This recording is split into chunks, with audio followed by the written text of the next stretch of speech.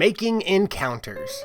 Creating an exciting encounter for your players is sometimes the hardest part of running games. Walking that narrow line of too easy or too difficult is hard enough without constant updates to games or new character abilities or simply missing a footnote on a spell that your player has. TPKs happen, and in the right story situation, they are a normal thing and shouldn't be something dreaded or overly feared. With that said, wiping the party because the monster you picked has resistance to non-magical damage and no one at the table has a magic weapon, so you just have to roll the dice and watch as your poor wizard casts Acid Splash and Healing Word round after round while the rest of the party gets pummeled into dust.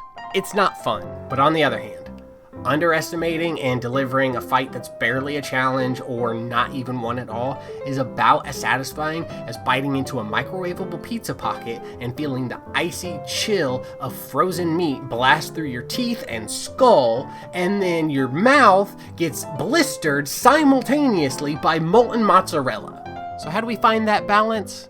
I'll tell you. Speaking of balance, you see that puppy? If you don't subscribe, the puppy falls. His name is Breadstick. You can save Breadstick. No! Look what you did! You could have stopped this! R.I.P. Breadstick. Dramatics aside, this does kind of bring me to my first point. Set stakes. Having combat for the sake of combat is pretty much the best way to have your encounter feel bland.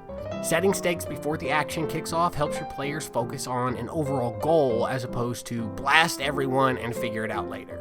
Stakes come in all shapes, by the way. It doesn't always have to be losing a character or a TPK. As long as your players understand what they will gain or accomplish from completing the encounter, such as rewards or notoriety, it creates purpose to the encounter. So you have your stakes in mind, but your party is still just going to blast everyone and figure it out later. Don't worry, I've got something for that too. Timers. Not like player timers, although sometimes those are needed. I mean in-game timers. Stuff like your party is battling at a bank and you say in 3 rounds the door will shut and you will not be able to access the gold storage. Anyone inside will be trapped in an airtight vault. There are stakes set with a timer put in place. Suddenly your players have to decide what they want to accomplish more, dealing damage or claiming gold. Another quick example. Your party is rescuing civilians from a runaway train. So you say, in 2 rounds, the first train car is going to derail and fly off the tracks, and those passengers will be lost.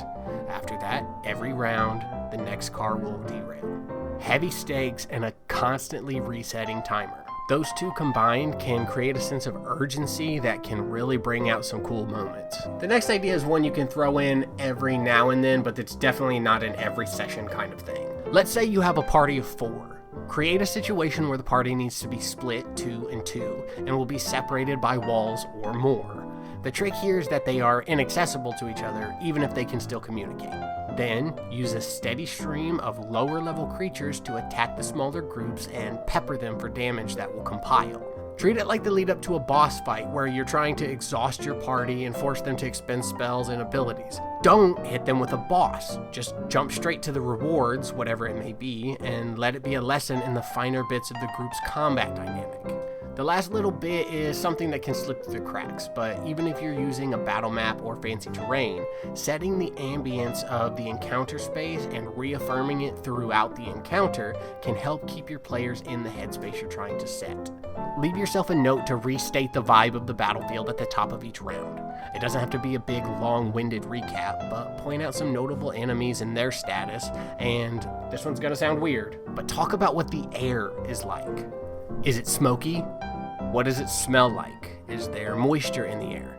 Let them know. It really does help keep people engaged with the story and makes combat more than just a board game. Anyway, that's all I got for today. As always, be good, be kind, and I'll see you in the next one. Bye!